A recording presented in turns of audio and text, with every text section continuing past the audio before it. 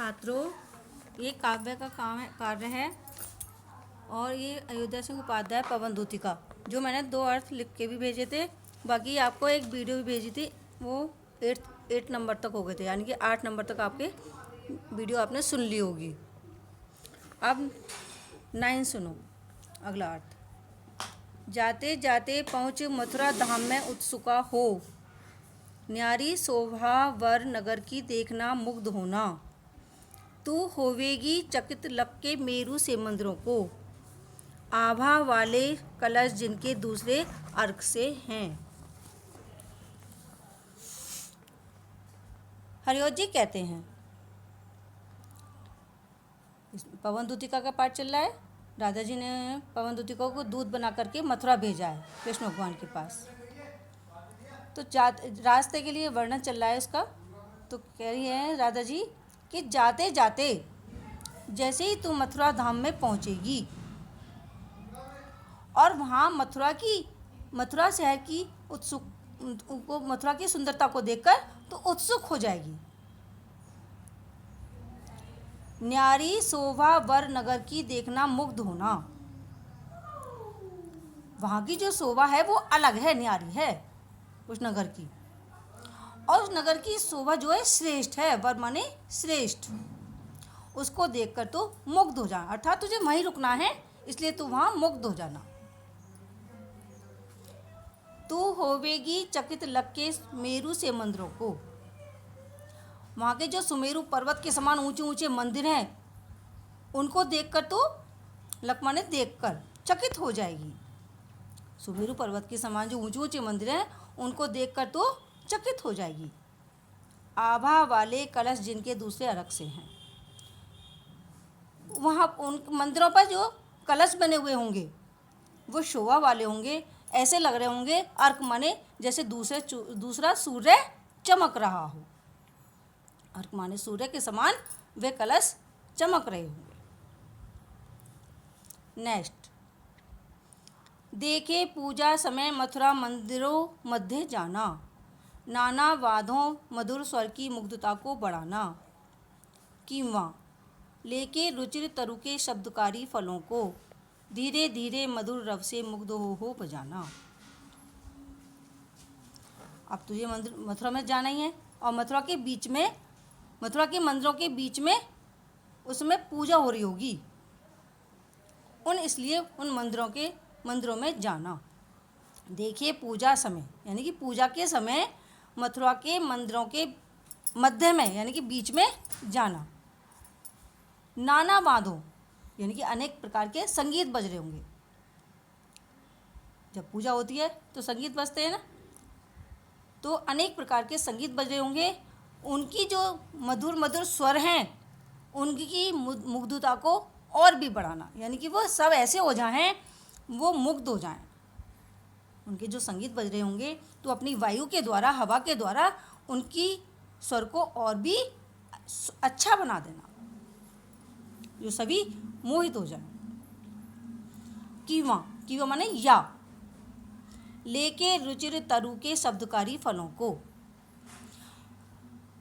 जो तुझे उस वृक्ष का जो अच्छा फल लगे, यानी कि जो शब्दकारी हो, जो बोलता हो, जैसे नारियल है वो बजता है, उसी तरह से जो अच्छे लगने वाले वृक्ष के शब्दकारी फलों को लेकर के धीरे धीरे मधुर स्वर में मुग्ध हो करके यानी कि मोहित हो करके उन्हें बजाना, जो स्वर और भी अच्छे लगे। नेक्स्ट, तू देखेगी जलद तन को जा वही तदकता हो, होंगे लौने नैन उनके ज्योति उत्कर्णकारी, मुद्रा होगी वर वदन की मूर्ति सी सौम्यता की, सीधे सादे वचन उनके सिक्त होंगे सुधा से। अब तो और क्या देखेगी वहाँ पे? राधा जी कह रही हैं पवन दूतिका से, पवन दूतिका वहाँ जो कृष्ण भगवान होंगे वो कैसे होंगे? उनका जो शरीर है बादल के समान,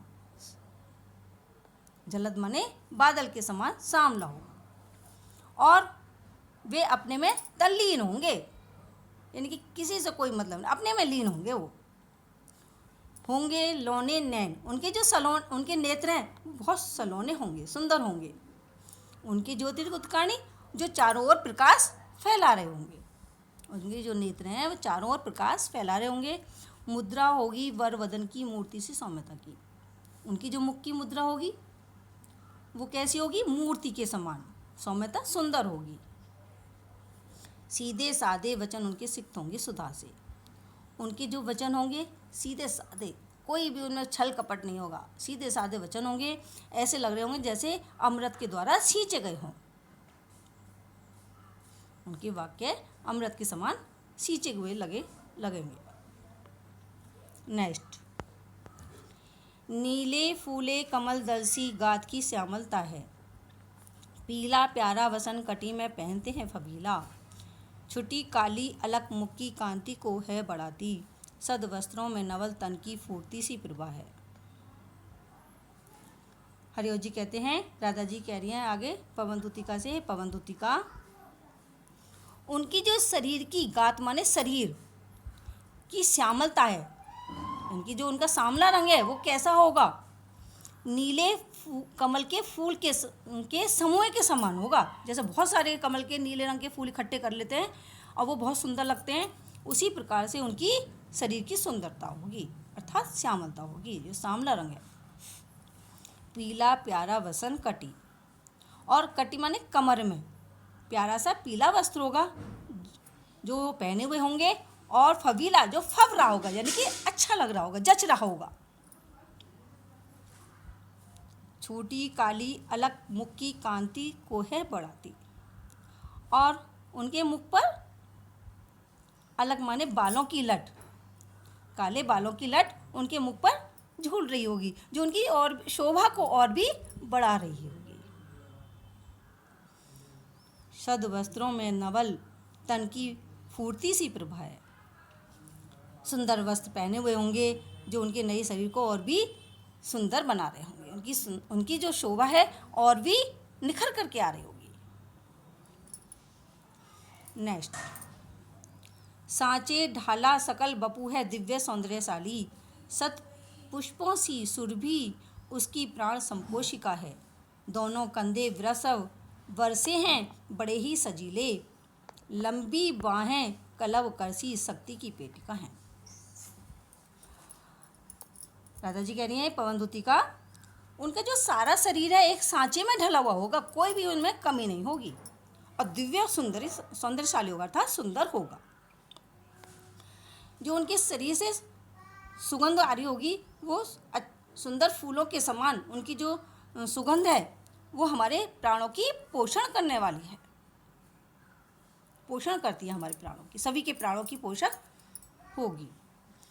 दोनों कंधे कैसे होंगे उनके, बैल के समान ऊंचे ऊंचे, बड़े ही सजीले, यानी कि अर्थात सुंदर होंगे। लंबी लंबी भुजाएं कैसी होंगी उनकी, बाएं माने लंबी लंबी भुजाएं हाथी की सूंड के समान, कलव करसी हाथी की सूंड के समान शक्ति की पेटिका हैं। उनकी जो लंबी लंबी भुजाएं हैं वो हाथी की सूंड के समान शक्ति की पेटिका हैं।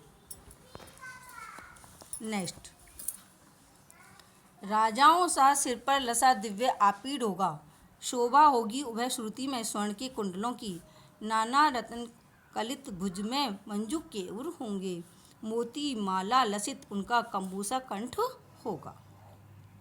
हरिओ जी कहते हैं, राधा जी आगे का वर्णन कह रही हैं, हे पवनदूतिका उनके सिर पर राजाओं जैसा दिव्य आपीड़ माने मुकुट होगा, यानी कि वो मुकुट पहने हुए होंगे।